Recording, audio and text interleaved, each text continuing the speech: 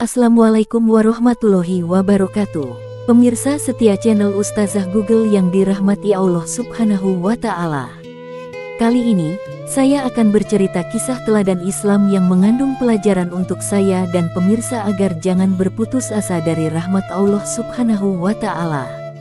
Inilah kisah seorang yang telah membunuh 100 orang. Sebelum saya lanjutkan cerita ini, mohon doanya. Semoga konten creator channel kami dan keluarga senantiasa dimudahkan rezekinya oleh Allah Subhanahu wa Ta'ala untuk berangkat ke Baitullah dan ziarah ke makam Rasulullah Shallallahu Alaihi Wasallam. Amin ya robbal alamin. Jauh sebelum diutusnya Nabi Shallallahu Alaihi Wasallam, pernah ada seseorang yang luar biasanya prestasi kejahatannya. Ia telah membunuh 99 orang tanpa alasan yang benar. Namun demikian, tiba-tiba tergerak dalam hatinya untuk bertaubat. Hanya saja ia bimbang apakah masih ada peluang baginya untuk kembali ke jalan kebaikan. Orang-orang di sekitarnya menyarankan agar menemui seorang rahib untuk menanyakan hal itu. Ketika tiba di tempat kediaman sang rahib, ia menceritakan kegundahan hatinya dan keinginannya untuk bertaubat. Sang rahib bertanya, "Apakah kesalahanmu itu?" Ia berkata, "Saya telah membunuh 99 orang tanpa alasan yang benar." "Apa?" seru sang rahib penuh kekagetan. "Membunuh 99 orang. Tidak ada jalan bagimu. Tempat yang tepat bagimu adalah neraka." Lelaki itu sangat kecewa sekaligus marah. Ia sadar bahwa kesalahannya memang begitu besarnya. Tetapi cara sang rahib menyikapi dan memvonis itu sangat melukai perasaannya.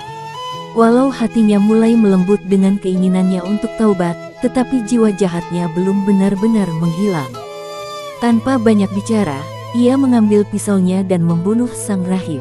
Genap sudah 100 nyawa tidak bersalah yang melayang di tangannya, tetapi panggilan ilahiyah untuk bertaubat terus mengganggu perasaannya.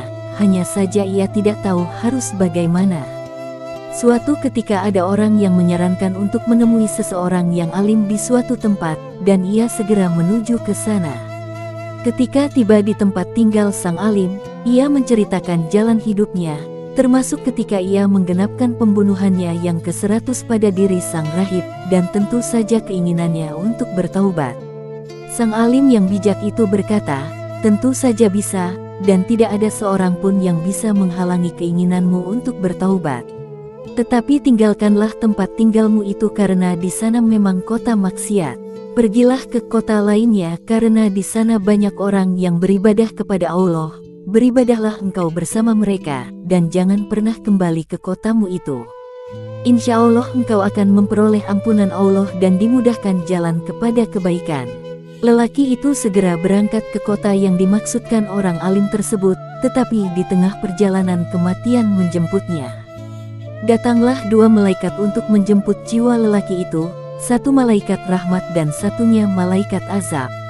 2 malaikat itu bertengkar dan masing-masing merasa berhak untuk membawa jiwa lelaki itu. Sang malaikat rahmat berkata, ia telah berjalan kepada Allah dengan sepenuh hatinya. Malaikat azab berkata, ia tidak pernah berbuat kebaikan sama sekali, justru kejahatannya yang bertumpuk-tumpuk.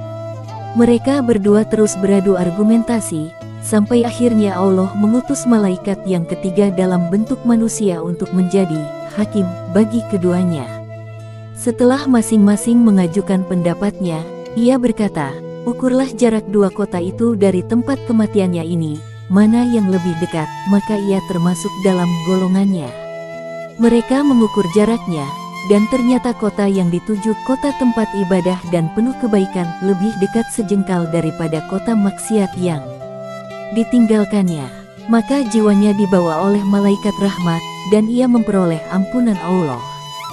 Dalam riwayat lainnya disebutkan, sebenarnya lelaki itu belum jauh meninggalkan kota maksiat tersebut. Tetapi Allah memang berkehendak untuk mengampuninya, maka dari tempat kematiannya itu, kota kebaikan dan ibadah dipanggil mendekat dan kota maksiat dihalau menjauh hingga jarak keduanya hanya selisih sejengkal tangan, lebih dekat kepada kota kebaikan. Wallahualam bishawab. Jangan lupa dukung channel ini dengan like, komen dan share videonya. supaya saya Ustazah Google semangat membuat konten yang menginspirasi umat. Saya pamit undur diri, walahul muwafiq ila aqwamit thariq. Wassalamualaikum warahmatullahi wabarakatuh.